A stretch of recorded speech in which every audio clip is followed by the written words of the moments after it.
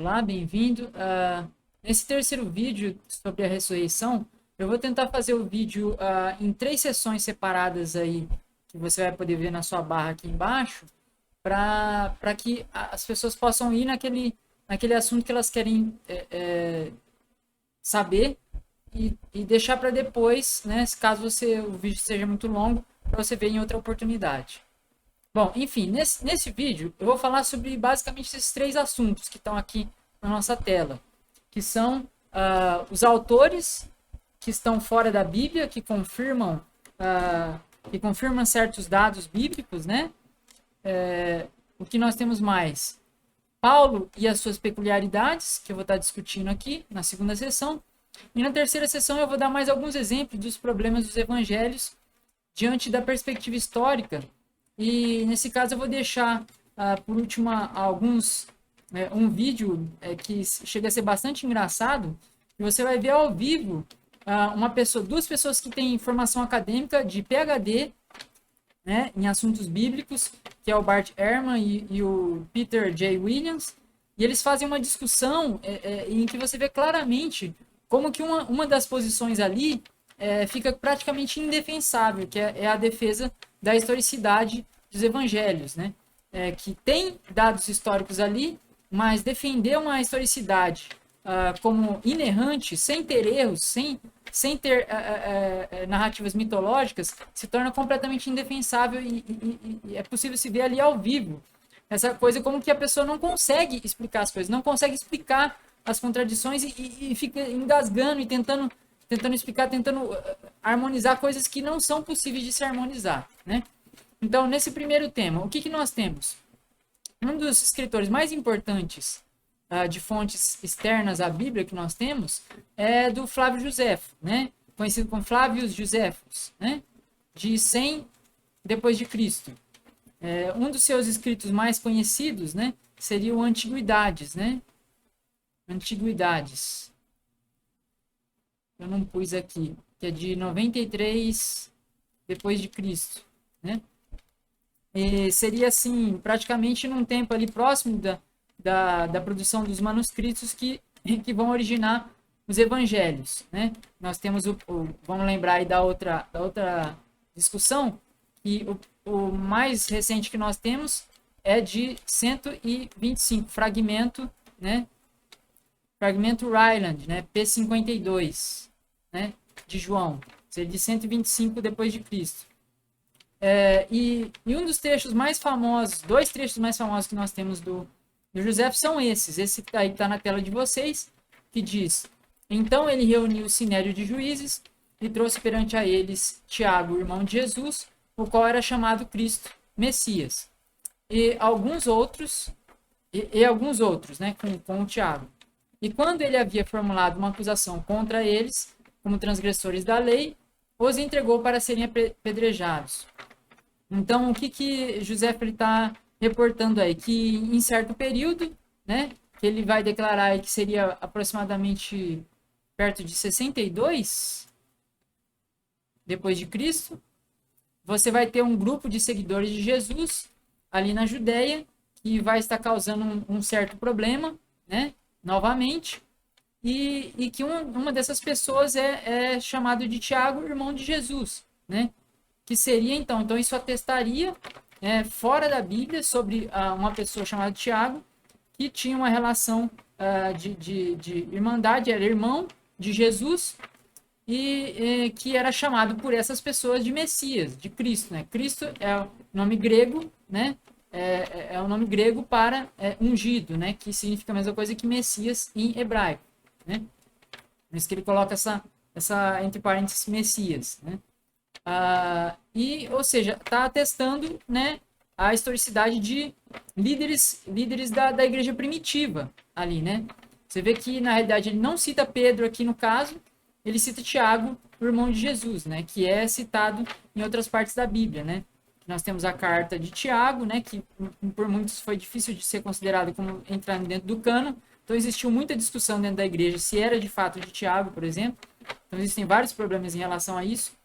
Mas existem declarações de Paulo, por exemplo, sobre Tiago, né? Existem declarações em outros textos, como de Atos, existem também o nome dele aparecendo entre os evangelhos, né?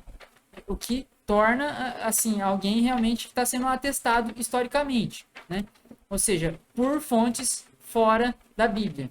Agora, isso é uma atestação boa histórica, no qual você vê alguém falando sobre alguém que não é relacionado com aquilo. Por quê? Porque José, ele é um judeu devoto, que está escrevendo para judeus e falando sobre os eventos que aconteceram na Palestina, né? Então, ele não é um cristão. Agora nós chegamos no segundo texto, que é assim, que hoje em dia é considerado como um consenso entre os historiadores, como sendo uma interpolação, né? Interpolação é uma edição do texto, né?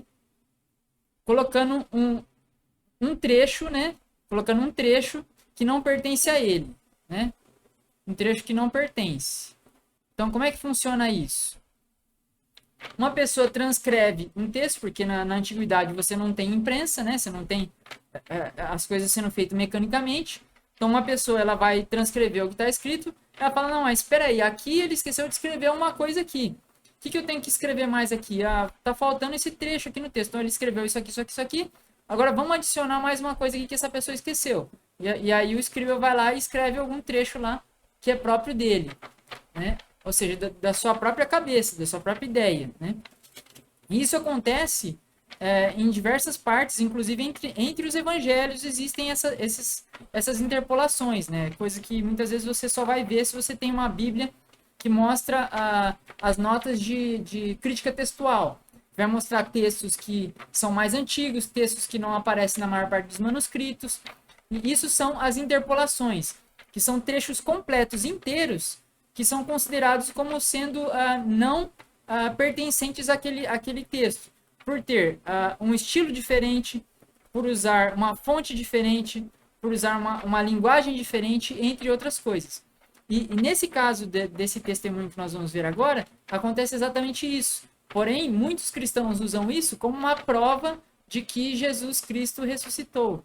E, novamente, isso é extremamente ridículo. Vamos ver o texto de Flávio José, que é chamado disso aqui, de Testimonium Flavianum, né? Se você quiser procurar sobre isso, fazer sua própria pesquisa, pesquisa com esse nome. Testimonium Flavianum, né? Problemas, interpolações, etc. Você vai achar os problemas. Mas vamos ler o texto. O que ele fala nesse texto? Vamos ver a diferença entre esse e aquele anterior. Neste tempo apareceu Jesus, um homem sábio, se é que devemos chamá-lo de homem, pois ele era um realizador de feitos surpreendentes, um mestre do povo que recebia a verdade com prazer. E ele ganhou seguidores tanto entre muitos judeus, quanto entre muitos de origem grega. Ele era o Messias.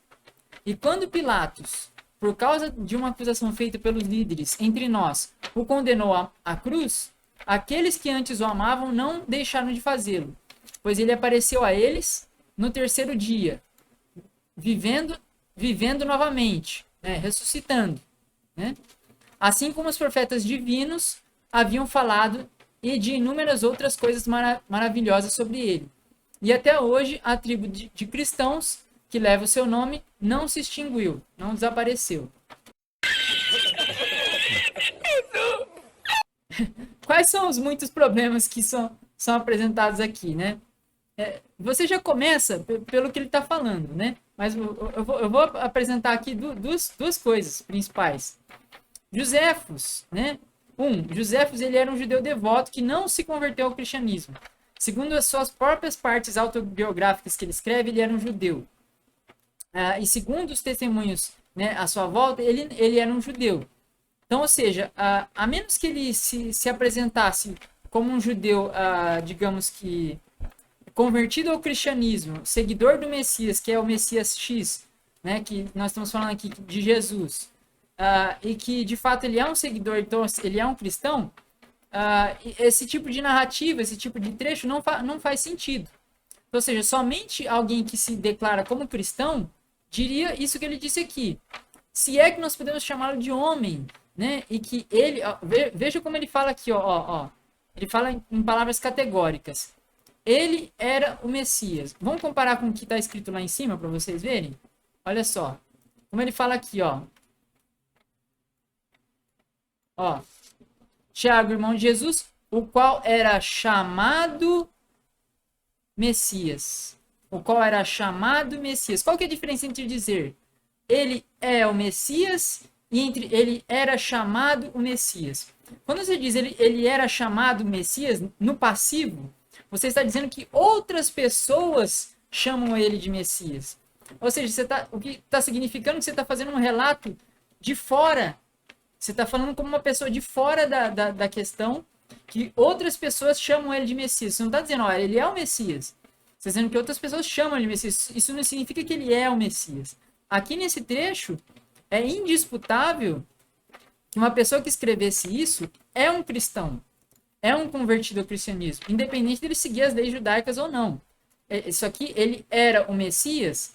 Ele está falando sobre os profetas. Ele está dizendo que os profetas cumpriram. Né? Olha só o que ele fala aqui. Novamente, assim como os profetas divinos haviam falado. Ou seja, ele está convencido porque que as escrituras estão dizendo, né? As escrituras, né? Ele está convencido aqui de que as escrituras estão dizendo sobre ele. É um convertido, né? Essa pessoa que está escrevendo aqui. E veja bem, né? Qual que é o problema disso, né? O segundo problema disso. Como gênero literário, a descrição de eventos de José se aproxima de um gênero como história. Por quê? Ele vai dar dados sobre a localidade, o número de pessoas, quantas pessoas estavam em uma guerra X, quanto que se fez isso, quanto que se fez aquilo. E ele erra muitas vezes em detalhes, mas o propósito dele é de gerar uma série de eventos, explicar com os dados que ele tem, com os testemunhos que ele tem, de onde que ele tirou. Se ele, por exemplo, dissesse aqui nesse texto, por exemplo, aqui, que ele fala assim, ó, e ele voltou à vida, né? Onde é que ele fala aqui, ó? Aqui, ó. Pois ele apareceu a eles no terceiro dia, vivendo novamente. Se ele dissesse o seguinte, como ele disse lá em cima, e essas pessoas que são os cristãos, eles dizem que essa pessoa do Cristo, ele apareceu a eles depois, né? E falasse, e quem que me disse isso? O Tiago, o irmão de Jesus, o Pedro, ou não sei quem. O que é isso? Aí você está falando com uma pessoa de fora da coisa. E qual que é o problema disso? Que todo o propósito de nós pegarmos Joséfos, Flávio Joséfo, como um autor fora da Bíblia, como alguém que não é um cristão, dando testemunho sobre os fatos de que Jesus é um personagem histórico, de que a igreja tinha tantos seguidores, de que a igreja tinha esses líderes X, Y e Z, Tiago, Pedro e João. Todo o propósito de você usar o José foi exatamente para você pegar ele como uma fonte exterior. Então veja como que os cristãos eles não têm ideia de como funciona a metodologia histórica. De como os cristãos daquela época mesmo que fizeram essa interpolação, eles na realidade eles fizeram um desserviço à fé por realizarem essa interpolação dentro do texto de José. Por quê? Ao colocarem Joséfo como alguém que tem o credo cristão, você concorda que todo o resto que ele fala passa a ser tendencioso? Então, ou seja, você perde o propósito de você ter uma testemunha externa, né? Ou seja, se eles tivessem, por exemplo, escrito dessa forma que eu falei, como alguém de fora, olha, e eles dizem, eles atestam, e eles dão essa prova, eles dão aquela. Se ele falasse de uma forma passiva, como as pessoas estando de fora, não como alguém que tem toda essa verbosidade para falar sobre alguém dos quais ele não presenciou pessoalmente. Ou seja, uma coisa é você falar sobre alguém que fez isso, fez aquilo outro, como alguém que estava lá presente no momento, com alguém que presenciou o ministério de Jesus. Ou seja, ele poderia falar, não, mas eu presenciei, eu estava lá naquele momento, ele era um homem sábio, que fazia isso, que fazia aquilo, que fazia aquilo outro, que fazia milagres e tal. Isso é uma coisa. Outra coisa é você falar como alguém que está escrevendo num gênero histórico e dizer sobre algo dando tons de narrador onisciente, que é exatamente o que os evangelhos fazem. O que os evangelhos fazem? Os evangelhos falam sobre os pensamentos que estão na cabeça de Judas, falam dos pensamentos que estão na cabeça dos fariseus, falam sobre coisas que acontecem em situações em que dentro da casa das pessoas, sobre eventos os quais você aparentemente teria que fazer uma pesquisa mais difícil que o CSI para poder saber o que está acontecendo lá naquela situação. Ou seja, o que demonstra um gênero literário de narrativa fictícia, comparado com o gênero histórico. E aqui nós vemos o seguinte, que os cristãos se fazem um desserviço e mostram de fato o seu caráter de necessariamente querer defender de todas as formas, mesmo utilizando de algo que é ir contra a verdade, verdade é aquela que eles dizem é proteger, fazendo uma interpolação como essas. Ou seja, foi um desserviço que eles fizeram. Pois se torna agora, usar, por exemplo, Joséfo nesse caso, um argumento circular, né? Se torna um argumento circular. Por que se torna um argumento circular e tautológico? Você quer provar usando fontes externas aos cristãos, uma coisa que, se você está falando que essa pessoa é um cristão, ela vai se tornar também uma fonte interna. Ou seja, você tá tornando uma pessoa que não é cristão em cristão. Portanto, você está tornando o testemunho dessa pessoa tendencioso de forma inútil. Você está tornando o testemunho dele externo inútil. Né? Basicamente isso que você está fazendo. Agora, além do testemunho de Joséfo, nós vamos ter muito poucos outros testemunhos, né, como de Tácitos, né? Como de Tácitos aqui, que vai escrever em Anais da Roma Imperial, aproximadamente em 115 depois de Cristo, né? São datados esses escritos. E em Tácitos, o que ele vai fazer? Ele vai fazer uma citação a respeito de Nero e do que aconteceu no incêndio, né? E na revolta que acontece a partir desse incêndio. E aí, em seu texto, Tácito ele vai citar que Nero acusou falsamente os seguidores de um tal chamado Cristo e que um tempo atrás ele foi morto, esse Cristo foi morto por um procurador chamado Pôncio Pilatos durante o imperador Tibério. E que essa seita era perigosa, que estava sendo suprimida, mas que havia causado já outros problemas na Judéia e em Roma. Né? Então, esses pequenos textos, né, esses pequenos trechos que são muito pequenos, aparecem, por exemplo, em Tácitos e aparecem também em outras correspondências entre governadores romanos, entre generais, etc., durante esses períodos, por exemplo, de perseguição, né, de que eles não conseguem entender, basicamente, o que você vai ver nas correspondências, é que eles não conseguem compreender a diferença entre o judaísmo, né, e o cristianismo, né? Que para eles parece ser basicamente uma seita dentro do cristianismo, né? E em algumas horas, ora isso é diferenciado do judaísmo, dizendo que é uma seita diferente e perigosa porque fala sobre um outro rei, né? Sobre um reino, né? E etc., que tem a ver um pouco com a pregação de Jesus. Por outro lado, diz que não, que é basicamente o judaísmo, que era uma religião que era aceita dentro do Império Romano, uma religião considerada dentro das religiões permitidas, né? Porque algumas religiões não eram permitidas dentro do Império Romano pelo fato de causarem revoltas, né? De causarem problemas para a governabilidade do Império Romano. Enquanto que outras simplesmente se aceitava que tivesse qualquer religião, desde que não tivesse essas certas características. E o cristianismo passou a ter certas características que lhe davam aquela ideia de ser subversiva, né? Uma religião subversiva. Por que subversivo? Porque isso aparece muitas vezes em ditaduras, né? Você vai ver essa palavra subversiva aparecer muitas vezes em ditaduras, né?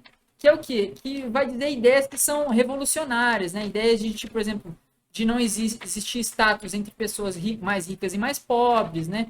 Entre você ter o caso de falar sobre um reino, né? Sobre um rei diferente, que eles não obedecem à autoridade, né, das pessoas, eles obedecem somente à autoridade de Cristo. Então eles não obedecem à autoridade, né? Então tem todas essas características. Mas em suma, nenhuma dessas correspondências, nenhum desses textos, ele vai falar especificamente, vai demonstrar especificamente dados do ministério de Jesus, do que aconteceu na vida de Jesus, dos milagres de Jesus, ou de quem é Jesus historicamente. Simplesmente vai dar dados para poder nos confirmar de que essa figura chamada Jesus e os seguidores de Jesus, isso aconteceu num período próximo daquilo que os evangelhos relatam. E por isso traz alguma credibilidade ao que o texto diz. porém não ao texto inteiro por completo, por outros problemas diferentes a esses, né? Então, qual é o consenso geral que existe entre os historiadores? Então, qual o consenso geral que existe a respeito de existir muitas discussões e divergências entre vários assuntos sobre a historicidade de Jesus? Existe basicamente um consenso geral desses 3 pontos. De que Jesus foi um personagem histórico, alguém que realmente existiu, por várias razões, né? No caso da quantidade de escritos, como ele influenciou os tipos de ensinos que aparecem e etc. Mas qual é o consenso? Ele nasceu e cresceu possivelmente na região da Galiléia, possivelmente no ano que nós classificamos atualmente como 0 ou 4, ou entre 0 e 4 depois de Cristo, da Era Comum. 2, que ele era um judeu praticante que se tornou famoso pelos seus ensinos que pregava, principalmente sobre o reino de Deus, semelhante aos escritores apocalípticos como Daniel. Então, existe um certo consenso de que Jesus ele era um profeta apocalíptico, né? 3, de que, em certo ponto, a sua presença, né, e os seus ensinos geraram conflitos entre os líderes religiosos da sua época, que levou à sua execução ante os romanos por disseminar algo que era considerado perigoso. Então, esses pontos são pontos que, historicamente, são consenso entre os historiadores, né? Existem aqueles que vão dizer, por exemplo, que vão argumentar sobre a não existência de Jesus, e vão dar seus argumentos, vão dar suas razões, que não são implausíveis, né? Eu vi um outro vídeo outro dia, a pessoa falando sobre que falar sobre a não existência de Jesus é teoria da conspiração, como terraplanismo. Não, isso não é a mesma coisa, né? São 2 coisas distintas. A existência de Jesus, né, seria considerado como um terraplanismo falar sobre a sua não existência, se de fato nós tivéssemos evidências concretas, né, como por exemplo restos mortais, nós tivéssemos evidências arqueológicas, né, factuais falando sobre coisas, né, momentos que temos ali da vida de Jesus, né, se tivéssemos uma situação de outras fontes, né, que citassem sobre coisas específicas, né, desse ministério dele. Porém, o que nós vemos é que só aconteceu muito tempo depois, quando nós temos vários seguidores de Jesus aparecendo de fato, né, surgindo esses grandes ensinos dele, né, surgindo essa presença de alguém que existiu no passado, né, somente quando nós temos uma quantidade muito grande de pessoas. E não como, por exemplo, você ter alguém como Júlio César, como Napoleão Bonaparte, como pessoas que você tem status, você tem documentos, você tem biografias da própria pessoa escrita, né? E não no caso, como por exemplo, nós temos os evangelhos que são escritos anônimos, né? Então, existem pontos que existe uma certa dúvida epistemológica, aí no caso, entre isso ser uma verdade ou não. Quando nós falamos de terraplanismo, nós estamos falando de pessoas que não aceitam evidências razoáveis que toda e qualquer pessoa poderia aceitar numa certa situação, né? Como o fato de nós termos satélites, né, sobrevoando, né, e tendo órbitas que são calculadas, né, em volta da Terra. Então, quer dizer, como é que essas órbitas são calculadas se nós estamos falando de uma Terra plana? Como que isso acontece? Como que isso funciona? Nada disso pode ser explicado dentro do terraplanismo. Ou seja, você não precisa necessariamente ir para fora da Terra para você ver que isso é realidade. Mas nós já fomos até lá, nós tiramos fotos, nós temos evidências concretas, né? No caso da existência de alguém no passado histórico, nós não podemos ter evidências concretas sobre isso. Então, por exemplo, se alguém duvidasse da existência de um personagem histórico, isso não é uma teoria conspiratória, desde que esteja baseado em raciocínios entre coisas racionais, entre evidências racionais, textuais, problemas textuais, evidências factuais, ou seja, isso não é conspiração. Bom, tendo feito esse adendo, a questão é que o consenso histórico, então, ou seja, se você não é um historiador, fica difícil você defender essa posição diferente, que é aquela coisa. O consenso em engenharia é isso, mas eu quero fazer isso, aquilo, outro. Tá, então vamos lá, faz essa obra aí, não seguindo o consenso dos engenheiros, para você ver o que vai acontecer, né? Então, é basicamente essa forma que eu penso, né?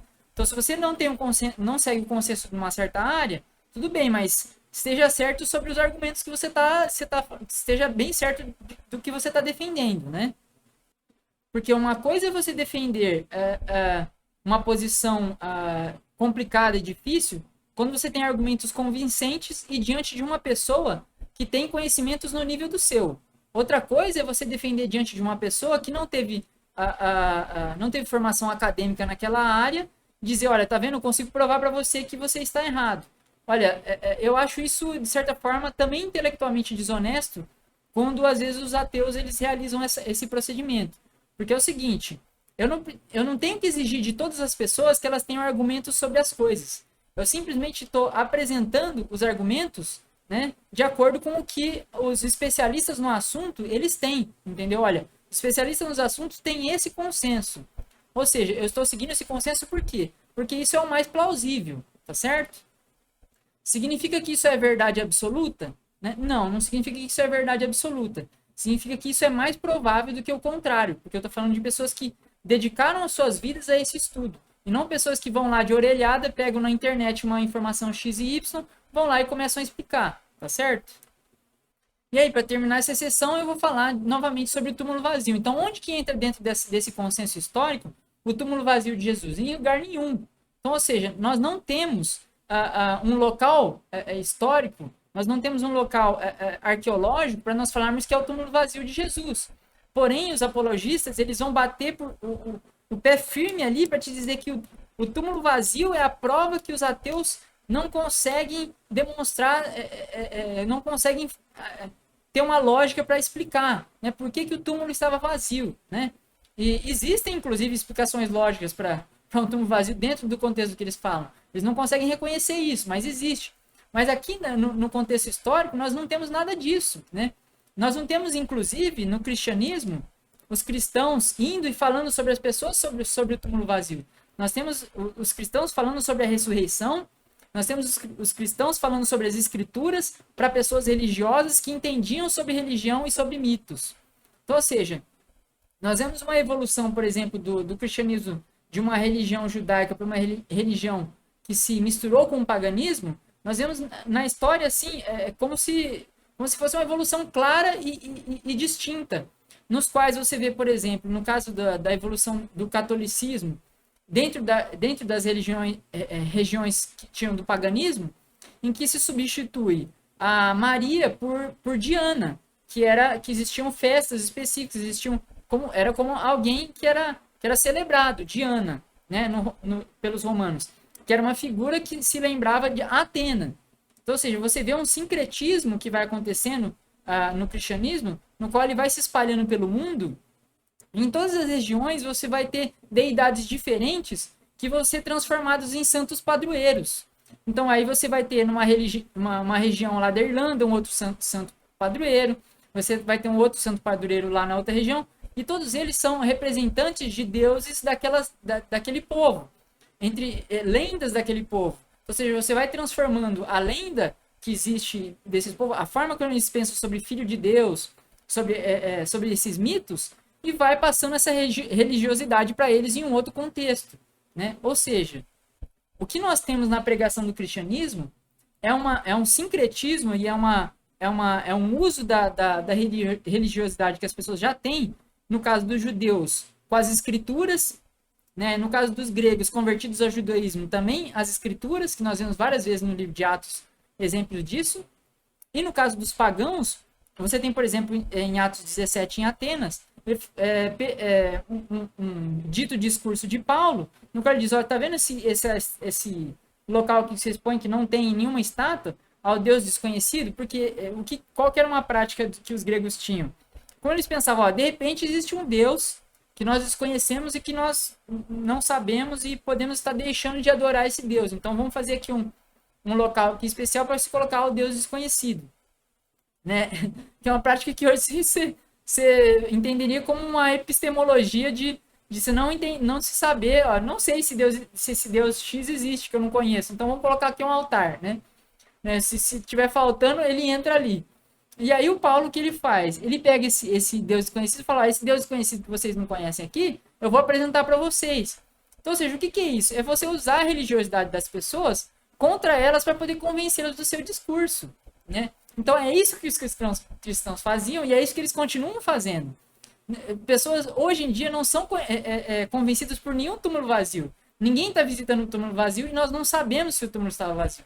O que nós sabemos é que pessoas testemunharam de que outras pessoas disseram que havia um túmulo vazio. São testemunhos de primeira, segunda, terceira, quarta mão. Ou seja, quando uma pessoa lê o evangelho hoje, ela está lendo o que uma pessoa testemunhou lá atrás, talvez tenha testemunhado. E nós vemos uma evolução, como eu disse no outro vídeo, no caso de Marcos, em que nós não temos nenhuma testemunha falando para ninguém, para uma evolução gradual de ter várias testemunhas, de ter como se diz, uma explicação por que os judeus não acreditam, de ter depois o aparecimento e milagres, e uma subida aos céus. Então já muda completamente a história, né? O que são características do gênero literário mítico, né? Do gênero literário de lendas, né? E não do gênero literário de história, né? Essa confusão entre histórias, essa confusão completa e distinta entre o que aconteceu e o que não aconteceu, isso acontece nas tradições orais. Que o que? As pessoas elas vão contando a história, e com o tempo essas histórias vão ganhando novas perspectivas e novas morais da história de acordo com a forma como a pessoa quer contar a história. E é por isso que nós temos essas visões diferentes que aparecem nos evangelhos diferentes, né? E quando você chega no evangelho de João, você vai ter uma visão completamente distinta do que nós temos nos primeiros 3 evangelhos. Então a evolução que você tem no caso para João, né, é tão distinta, né, que quando as pessoas estão discutindo, por exemplo, Jesus histórico, né, eles tentam procurar quais as frases do que realmente Jesus realmente disse, né, na Bíblia. Então eles vão tentar distinguir, né, vendo o que é fraseado que parece algo que Jesus teria dito e o que parece que não teria dito. Mas como é que as pessoas podem fazer isso? Veja bem, imagina o seguinte, você vê no Evangelho de João falando o ministério de Jesus sendo basicamente o tempo todo ele dizendo o seguinte: eu sou, né? Ele fala o tempo todo assim: eu sou, se referindo não aquele fraseado que está dizendo sim, né? Existe um certo fraseado em grego que é usado para dizer sim, é isso mesmo que eu disse, né? Não é isso que eu estou dizendo. O que eu estou dizendo é o seguinte: quando ele diz eu sou, quando, por exemplo, ele fala antes de Abraão fazer isso e aquilo, eu sou, né? Ele está fazendo uma referência ao nome divino, ao tetragrama, né? Ele está se referindo a esse nome aqui, Yahweh, né? Ao tetragrama divino, né? Que aparece no Pentateuco, né? Quando Deus se apresenta.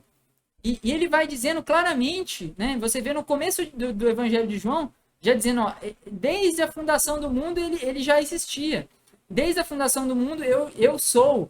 Então, você vai ver frases que Jesus vai dizendo que seriam muito características de você ignorar em todas as outras fontes e você não dizer nada sobre isso. Então, nas outras fontes, o que nós vamos ver Jesus falando? Ele vai ver falando sobre ele ser o filho do homem, sobre ele ser o filho de Deus, todas as coisas que revelam um caráter divino, mas que não revelam um caráter divino como dizer de eu e o Pai somos um, né? Então, ou seja, esse tipo de fraseado, se de fato é primitivo e algo que realmente veio de Jesus, seria muito estranho que todas as outras testemunhas, tradições orais e fontes anteriores não citassem de maneira alguma nenhum desses discursos dessa maneira. Então, esse é o tipo de caráter que demonstra o quanto os evangelhos, eles são certos twists, né? O cara dá uma modificadinha ali na história a mais para poder encaixar aquela perspectiva que ele quer dar, entendeu? Que não é a característica da história. É a característica de histórias lendárias, de histórias com E, né? E vamos à segunda sessão. Agora nessa sessão sobre Paulo. Ah, Paulo. Grande Paulo, né? Agora sobre Paulo e suas peculiaridades. O que geralmente as pessoas vão falar sobre Paulo quando eles estão falando sobre a ressurreição? Paulo demonstra como Jesus era quem ele dizia ser, porque alguém que era um perseguidor da igreja não se converteria a não ser que tivesse uma prova cabal dos seus erros, a aparição de Jesus. Assim, a existência de Paulo só pode ser demonstrada por um milagre. É claro. Olha, quanto às pessoas que dizem isso, eu só tenho a dizer uma coisa. Lhe falta muita compreensão, talvez idade, né? Talvez idade, maturidade, de vida, né? Sofrimento, né? E conviver com as pessoas em sociedade, para você compreender um pouco sobre a natureza humana, né?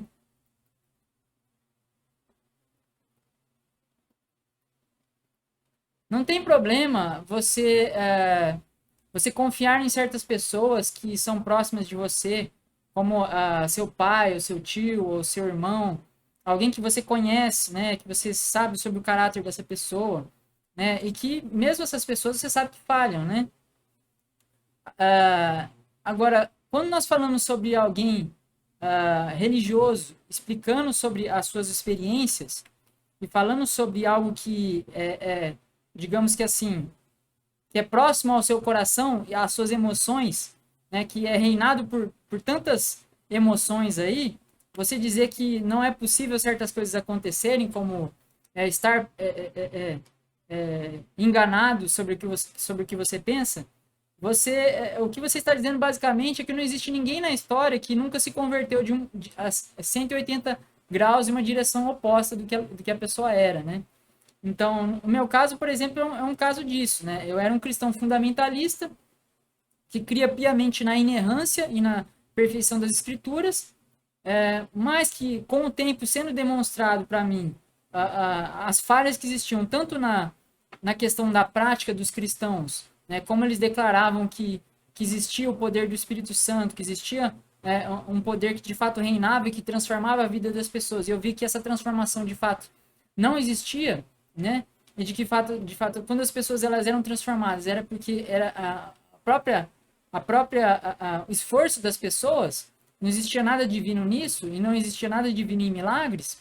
E não só isso, mas que as escrituras continham não só um erro, mas muitos erros e coisas que não poderiam ser conciliadas. Isso levou, enfim, em outras condições, questões da minha vida, a mudar 180 graus de um fundamentalista cristão para alguém que é ateu, né? E o contrário também é possível. É possível alguém que seja ateu, né, e que tenha várias convicções sobre a Bíblia e sobre Jesus e etc., ou sobre Alá e Maomé, etc., e se tornar um fundamentalista, se tornar alguém que crê, alguém que seja realmente tão fervoroso quanto Paulo, né? Do que depende isso? Depende da personalidade da pessoa, depende das experiências que ela teve, né?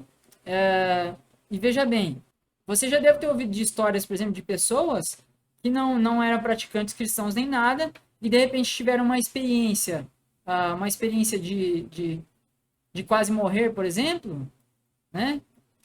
Como num acidente de carro ou alguma coisa, e a pessoa te dizer depois, não, porque eu tive uma visão, e que realmente eu pensei que, olha, agora realmente eu preciso dedicar minha vida a Deus e a Jesus e tudo mais. E a pessoa muda 180 graus de uma coisa para outra. Por quê? Por causa de uma experiência que a pessoa teve. E que não necessariamente essa experiência subjetiva significa uma verdade factual para todas as outras pessoas. E que também não é uma coisa que essa pessoa pode passar para outras pessoas. Então, ou seja, a pessoa que passou por essa experiência de quase morrer, ela não pode chegar para outra pessoa e dizer assim, ó, não, você tem que se converter porque eu tive uma experiência de quase morrer e isso aconteceu. Oh, mas e daí? Eu nunca tive isso, eu nunca tive essa visão, eu nunca tive essa experiência. Então, o que tem a ver uma coisa com a outra? O que tem a ver eu com você? Você acredita nisso porque você teve essa experiência, é subjetivo para você. Agora, para mim, é outra coisa. Não, veja, isso é a natureza humana. Pessoas se convertem, pessoas mudam de opinião, pessoas mudam da água para o vinho, elas mudam de opções, né? Elas mudam de forma delas verem as coisas.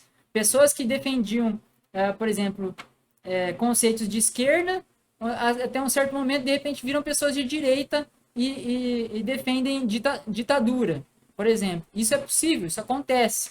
É absurdo, mas acontece. Veja bem, na realidade, não é absurdo. E o que é isso? Isso demonstra, quando as pessoas sabem que isso acontece, isso demonstra que eles conhecem a natureza humana. Que as pessoas, elas sim podem mudar de opinião, né? E também, uma outra questão da natureza humana é que muitas vezes as pessoas exageram, né? Exageram as coisas. Então, que tipo de exageros, por exemplo, que eu já vi muitas vezes as pessoas fazerem, né? Você vai ver apologistas falarem isso o tempo todo. Não, porque, olha, eu era um ateu, assim, assim, assado. E aí, quando eu ouvi sobre as palavras sobre a ressurreição e não sei o que lá mais, eu me tornei completamente oposto, porque era tão convincente para mim. E, e quando você ouve essas narrativas dessas pessoas explicando essas coisas, você vê o quanto que, na verdade, elas, assim, elas acreditam naquilo que elas estão falando mesmo, mas elas estão exagerando. Porque, assim, eu, por exemplo, quando eu me converti, vou falar minha experiência pessoal para você entender. Eu, quando me converti, eu tinha muitas dúvidas a respeito do texto bíblico. Mas eu, pessoalmente, eu nunca havia lido, parado para realmente ler a Bíblia, né? Então, eu estava na faculdade, né? Eu tinha várias dúvidas sobre o que as pessoas falavam sobre a Bíblia. Eu sabia, por exemplo, sobre as histórias de Gênesis e eu era um estudante de biologia, não achava que isso faria sentido, né? Crer num tipo de religião que falava esse tipo de coisa. E, quer dizer, mas eu nunca havia lido pessoalmente a Bíblia. E mas veja bem, eu não era como alguém que estivesse completamente fechado à ideia da existência de Deus. Ou seja, eu não era um ateu, realmente, não era alguém que afirmava que, olha, eu tenho certeza absoluta de que Deus não existe, eu tenho certeza absoluta de que Jesus nunca viveu aqui na Terra, eu tenho certeza absoluta de que essa. Não só não tinha certeza absoluta, como não tinha uma certeza razoável. Eu não dizia, por exemplo, que, olha, não, essas coisas assim, assim, assadas são erradas e eu sei quais são as contradições. Porque mesmo porque eu não poderia dizer as contradições, porque eu nunca havia estudado, nunca havia lido a Bíblia. Então, quando a Bíblia me foi apresentada a primeira vez, e quando eu passei realmente, eu pessoalmente, a ler, que é uma coisa que as pessoas não fazem, né? A maior parte dos cristãos não leem a Bíblia, eu vou te dar essa notícia. Elas dizem que leem, mas não leem. Né? E muitas delas que leem não entendem, porque leem, por exemplo, na versão João Ferreira de Almeida e nem entendem o que está sendo dito, ao invés de ler na linguagem de hoje, que talvez seja mais fácil para elas, por exemplo. Né? Então, eu passei a ler o texto da Bíblia, eu li o Evangelho de João primeiro, e eu fiquei, assim, inebriado com aquela experiência de ler pela primeira vez aqueles escritos, e o que me convenceu foi, de fato, a forma de se narrar aquele texto, porque as narrativas, elas têm um poder, né? Narrativas, elas têm um poder de convencimento que é muito superior a esse tipo de argumentação lógica que as pessoas fazem, você entendeu? As narrativas, elas têm esse poder. Tanto que é por isso que as narrativas são os trechos mais famosos da Bíblia, como o livro de Gênesis, são os trechos que as pessoas mais leem, porque eles, de fato, carregam essa religiosidade, essas ideias, né, de conceitos de mundo para as pessoas. E não só isso, também haviam as questões emocionais, né? De que eu era uma pessoa que tinha dificuldade de me relacionar com as pessoas e me vi em um grupo em que as pessoas tinham aceitação, né? De como eu era, de como eu pensava, né? Então, é aquela aceitação de grupo. Então, tudo isso é envolvido quando a pessoa ela se converte, né? No caso de Paulo, como é que... não, porque não é possível explicar Paulo fazer isso e etc. O que não é possível explicar, por exemplo, que eu vejo de Paulo, na realidade são outras coisas, né? Quando você vê no livro de Atos, a descrição de Atos sobre Paulo, ele como sendo alguém que era conhecido, né? Entre as pessoas como sendo um perseguidor, né? Ele era um perseguidor conhecido, né? É isso que eles vão dizer. Isso não só é falado em Atos, como nas algumas cartas de Paulo, que ele era conhecido, certo? E aí depois você vai ver em Atos, né? Quando ele vai conversar com as pessoas, com os líderes da igreja, e se apresentar, e ele se apresenta lá, tá? Então você lê em Atos, você fala que você lê a Bíblia, lê em Atos, leia Atos completo e vai ver todos os momentos em que Paulo ele vai a Jerusalém. Faz a sua própria leitura e depois você me fala. Não precisa concordar comigo. Vai lá e leia o livro de Atos e veja todos os momentos que fala que Paulo foi a Jerusalém. E veja bem, depois que ele se converte, ele começa a pregar na Judéia e em Jerusalém. Ele vai direto para lá. E as pessoas não e os líderes religiosos, eles não reconhecem a ele, tá? Eles não sabem quem ele é. Então, ou seja, ele é um perseguidor conhecido ou ele não é um perseguidor conhecido, né? Fica essa dúvida histórica disso. Será que realmente ele está contando uma história que procede ou não procede aqui? Fica essa dúvida histórica. E aí outra dúvida histórica que fica. Quando você lê nos Atos dos Apóstolos, ele vai em Jerusalém 3, 4 vezes em seguida. Ele vai em Jerusalém várias vezes. e fala com os apóstolos. Em duas ocasiões bem específicas. Depois da sua conversão, e ele fala também com os apóstolos depois, quando ele vai pegar os mantimentos que estão levando para a fome na Judéia, né? Então acontece esses dois momentos bem específicos. Quando já ele vai falar em Gálatas sobre isso,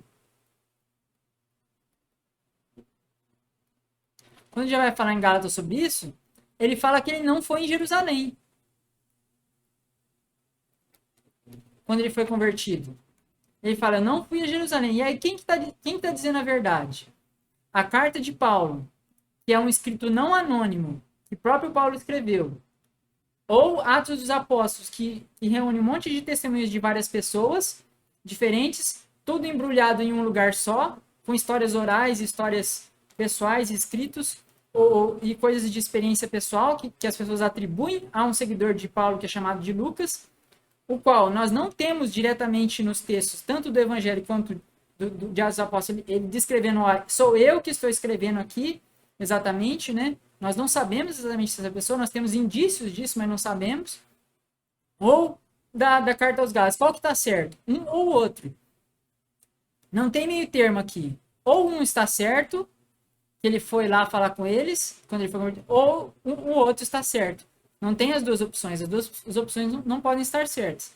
E quando as pessoas elas fazem a harmonização desse tipo de coisa, eles não usam metodologias históricas. Eles usam o quê? As suas preconcepções de que a Bíblia tem que ser inerrante e tem que estar certa.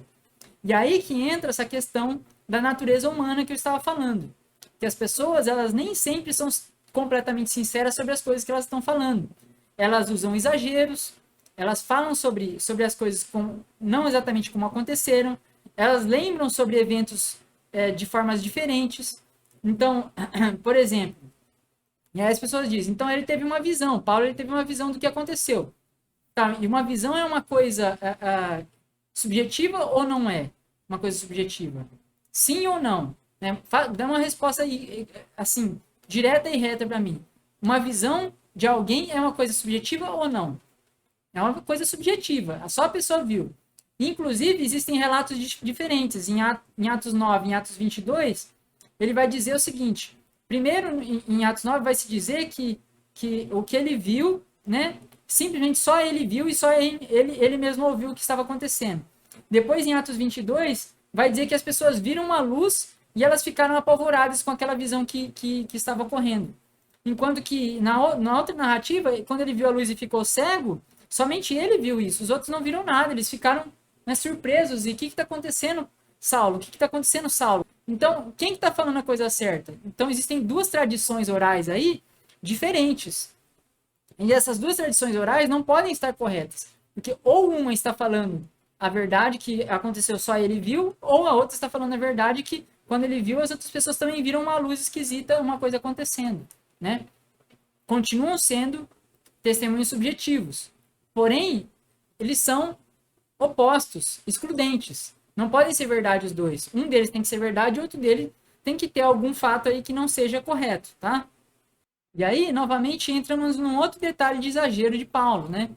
Paulo, o que ele faz nas suas cartas? Em várias das suas cartas, como em Gálatas, por exemplo, você vai ver várias vezes ele dizer que ele não recebeu o evangelho de ninguém. Ele vai falar que ele não recebeu o evangelho de ninguém e que ele nem foi a Jerusalém para poder falar com eles porque ele não precisava de autoridade de ninguém. Enquanto que nós vamos ver em Atos dos Apóstolos que ele foi em Jerusalém sim, que ele foi confirmado pelas pessoas, que ele foi apresentado por Barnabé, que existiam essas conexões e que sim, ele aprendeu coisas com essas pessoas. Tanto ele aprendeu que muitas vezes nas suas cartas, por exemplo, como de 1 Coríntios, ele vai apresentar, a carta de 1 Coríntios apresenta vários desses sinais de tradições passadas orais, coisas que ele aprendeu de outras pessoas, nas quais ele vai dizer o seguinte, ele vai usar essa palavra que significa de tradição passada, né? Eu vos dou o que eu recebi, né? 1 Coríntios capítulo 15. Eu vos dou o que eu recebi, que na noite em que Jesus foi traído, aconteceu isso, aquilo. E ele tomou a ceia, e aconteceu isso, aquilo. Ele vai dizer várias vezes isso. E ele usa em outras ocasiões. Eu vos dou o que eu também recebi, né? E aí ele vai passar a tradição do que foi falado. Fala alguma algum trecho de tradição, ou fala algum trecho que inclusive as pessoas acreditam que são cânticos, tradições que foram passadas. Então, ou seja, a ênfase que o Paulo dá, né, a ênfase que o Paulo dá para se dizer que ele não recebeu o seu evangelho de outras pessoas, que ele não recebeu nada daquelas pessoas e que tudo que ele recebeu por revelação, por visão de Jesus, é um exagero frente ao que nós vemos, por exemplo, dos relatos de Atos. Por quê? O que ele quer deixar claro para aquelas pessoas é que eles têm que aceitar o que ele está falando e não seguir o judaísmo, eles têm que seguir o cristianismo. Né? Ele quer frisar aquilo, e por querer frisar aquilo, ele comete um exagero, né? Ele fala uma coisa exagerada. O que é isso? Isso é natureza humana, né? E veja bem, em Atos capítulo 15, ele fala sobre 500 testemunhas, né? 500 testemunhas que viram a ressurreição de Jesus. Testemunhas essas que ele diz que as pessoas, que alguns deles ainda estão vivos. Mas não fala sobre ninguém que eles conhecem, né? Então, por exemplo, ele cita, por exemplo, os Tiago e Pedro, entre outras pessoas que não se sabe se aquelas pessoas realmente, de fato, conhecem. Eles conhecem como líderes da igreja de Jerusalém. Não era, como se diz, para as pessoas comuns daquele tempo, não era comum você, a menos que você tivesse uma profissão de comerciante ou algo do tipo, não era comum você estar em tantos lugares diferentes entre uma distância entre, por exemplo, Corinto e Jerusalém. Então, as pessoas não iam conhecer essas pessoas, esses pessoalmente, eles iam conhecer simplesmente de outras pessoas terem falado sobre elas. Falado sobre Tiago, falado sobre Pedro, falado sobre João. Mas não que eles conheciam pessoalmente essas pessoas. E a mesma coisa acontece com essas 500 testemunhas. São pessoas que nós não conhecemos, não sabemos de onde que é, e que não tem nenhuma validade em termos históricos. É alguém contando, passando em terceira, quarta, quinta mão o que outras pessoas falaram para eles, né? Então isso já mais uma vez mostra o quanto Paulo ele recebe informações de outras pessoas, recebe tradições de outras pessoas, a qual ele passa para as pessoas e não é exatamente como ele diz que ele recebeu tudo de visão e tudo de Jesus. Eu creio que no caso de Paulo, eu creio que já dei bastante opções aí para vocês poderem pensar, e você que não vê dessa forma como eu vejo a questão da natureza humana e dos processos de exagero e da errância que existe entre os escritos cristãos, e não inerrância, né? Para você reparar o quanto que, na realidade, os textos que estão na Bíblia não podem funcionar totalmente como história, porque existe a tendência de se dizer uma coisa, de tentar provar um ponto teológico, os quais você precisa procurar outras fontes para você confirmar e para você corroborar. E que isso já foi suficiente para você poder estudar aí no seu estudo pessoal. De você, por exemplo, abrir a sua Bíblia no livro de Atos, fazer a sua lista de quando, por exemplo, Paulo foi em Jerusalém e quando ele não foi, de abrir as cartas de Paulo, veja em Gálatas lá o que ele fala, veja o que ele fala em Colossenses, veja o que ele fala em Tessalonicenses, e inclusive fazer um estudo sobre, por exemplo, por que muitas pessoas consideram que várias cartas de Paulo, que inclusive estão na sua Bíblia, não são autênticas de Paulo, como as cartas pastorais, entre outras. Entendeu? Então, as pessoas que falam sobre método histórico e sobre historicidade da Bíblia e historicidade dos evangelhos, sempre se esquecem desses detalhes, de que de fato existe um consenso sobre todos esses assuntos historicamente, e o consenso não concorda com elas. Entendeu? E se o consenso não concorda com você, você tem que endereçar esses problemas dentro da sua argumentação e dentro do seu livro. E não é isso que os apologistas fazem. Eles fazem uma pintura de como se existisse simplesmente na sua cabeça o túmulo vazio, e você tem que explicar o túmulo vazio. Eles simplesmente falam sobre isso. Isso é completamente errado e completamente ridículo e falso diante do testemunho histórico e dos historiadores. Não é isso que os historiadores discutem, né? Eles discutem outras coisas. E nesse caso aqui que eu quero que vocês vejam, nessa terceira sessão, é sobre uma discussão que existe, um debate entre o Ehrman, que faz alguns estudos históricos, mas faz muito mais estudo, inclusive, do texto do que estudo histórico, mas ele faz um estudo por ler os historiadores num assunto, por exemplo, sobre a tradição oral, entre outras coisas, enquanto nós temos um outro doutor aí, que é o Dr. Peter J. Williams, que tem doutorados em inglês, em latim, em hebraico, etc. É alguém realmente muito estudado, que é um professor de Cambridge. E quando ele vai fazer a defesa sobre uma defesa histórica, ele fala, ele basicamente engasga completamente diante dos argumentos que são feitos, porque ele não tem argumentos para poder defender o que ele está falando, né? Eu não posso aqui pessoalmente estar passando trechos desse vídeo, porque dentro da descrição ele fala que não há autorização, a não ser que seja autorização por escrito. Inclusive, eu estava pensando em fazer desse vídeo, na realidade, simplesmente a tradução desse debate. Queria demonstrar assim, claramente como você vê alguém defendendo o ponto de vista histórico e da inerrância bíblica, como ele não funciona quando você se depara em relação aos problemas da Bíblia. Nesse debate, inclusive, você vai ver nesse primeiro trecho que eu ponho aí, que é em 13 minutos e 55, eles fazem uma discussão, já começam a dar o tom do que vai acontecer nessa discussão. A primeira coisa que eles falam é basicamente o seguinte: o Peter ele começa a falar sobre Joséfo, em que ele cita sobre uma cidade de Capernaum, aí que está na sua tela aí na legenda, e que naquelas regiões haviam cidades que tinham mais ou menos 15 mil pessoas, certo? E aí ele apresenta essa falácia, ele fala na frente do Bart Ehrman. E aí o que o Bart Ehrman faz? Ele faz a seguinte pergunta para ele. Fala assim, tá bom, mas o que dizem as evidências arqueológicas sobre essa região? Porque o que Bart Ehrman está falando é que quando os historiadores, quando as pessoas falam num escrito alguma coisa, elas escrevem lá, tinha 15 mil pessoas num certo lugar. O que você faz? Você acredita piamente no que a pessoa está falando e não discute de maneira alguma. Você aceita aquilo por fé. Não. O que os historiadores fazem? Eles vão no local, eles fazem escavações e eles procuram para ver se existem coisas que corroboram aquilo que a pessoa está falando ou são evidências contra o que a pessoa está falando. E no caso de Capernaum e outras cidades ali que tinham 15 mil pessoas, ele fala assim, primeiro ele só faz a pergunta, ele manda para ele de volta, fala, mas o que falam os dados arqueológicos sobre essas regiões? E aí o cara fala, não, mas... E aí ele entra em curto-circuito. E aí ele vai falar, olha, não, mas naquela região você tem... às vezes as pessoas exageram, mas o que acontece... Aí a argumentação lógica que ele tenta fazer.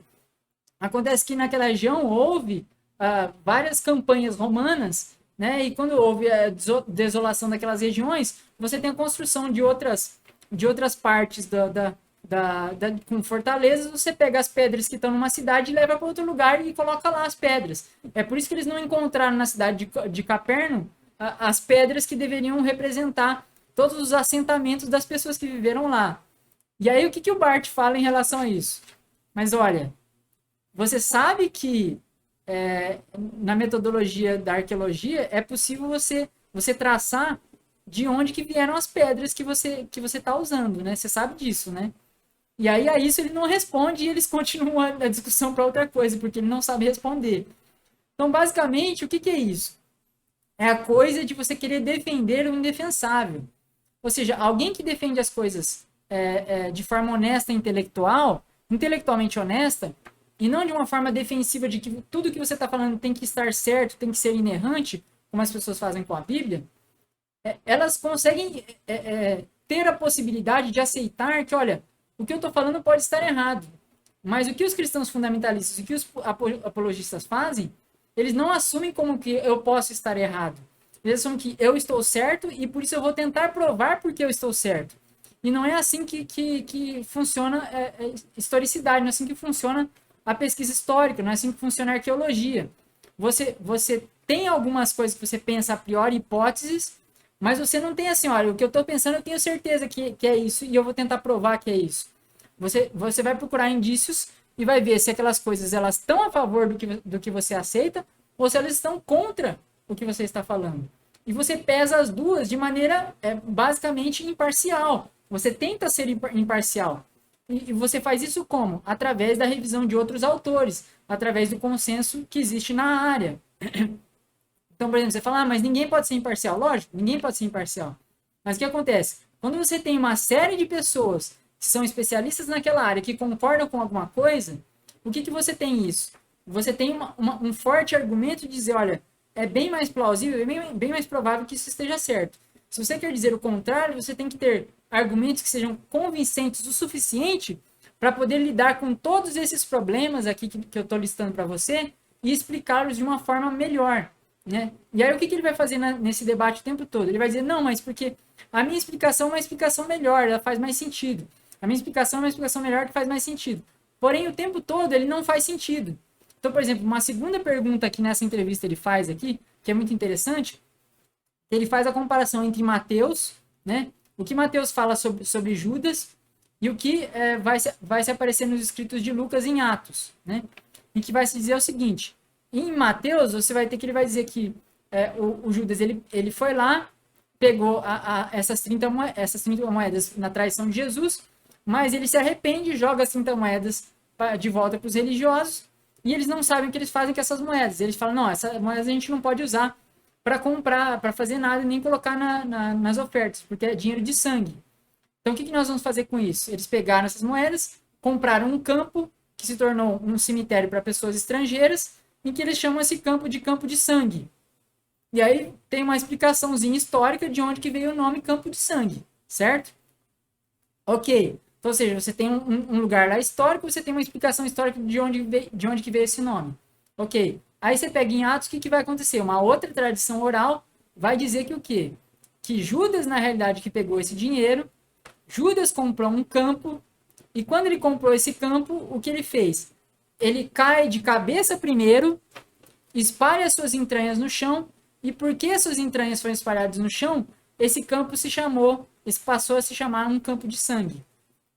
E aí fica o problema. Quem que tá certo? E aí ele joga essa pergunta de volta para o Peter J. Williams. E aí o Peter J. Williams, de novo, né? Aquela gaguejação, assim, né? A defesa civil. Legal, a cama! Vai dizer, não, porque é possível, assim, é uma coisa que pode parecer improvável, mas às vezes acontece que uma pessoa, ela pode, por exemplo, ela pode se enforcar e tudo mais, e a corda se quebra, e seu intestino se espalha no chão, né? Então, isso acontece, né? É uma coisa que é possível de acontecer, né?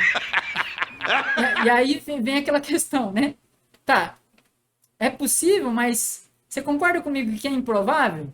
Né? Então, essa que é a questão que as pessoas não levam em consideração. Que elas estão defendendo uma coisa que é implausível, que é improvável. Mas elas querem mostrar para você como se fosse uma coisa plausível e provável. E não só isso, mas mais razoável do que as suas explicações da coisa.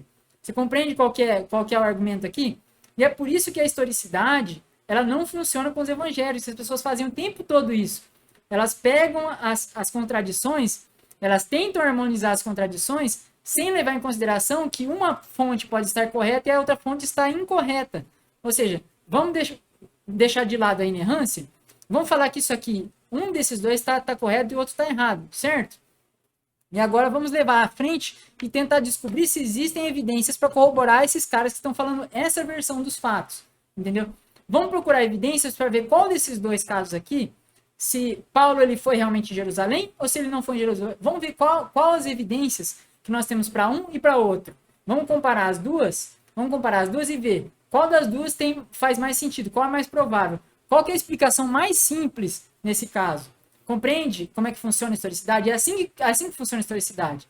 E os cristãos não compreendem isso, porque eles estão lendo a Bíblia de forma teológica, que é válido, é para eles, né? É para aqueles que creem. Mas não é para os historiadores. Os historiadores não pensam assim, então não enfim na cabeça dos historiadores como se os historiadores pensassem como os cristãos. Eles não pensam como os cristãos, eles pensam como cientistas. Eles veem as evidências e tentam ver quais evidências funcionam melhor.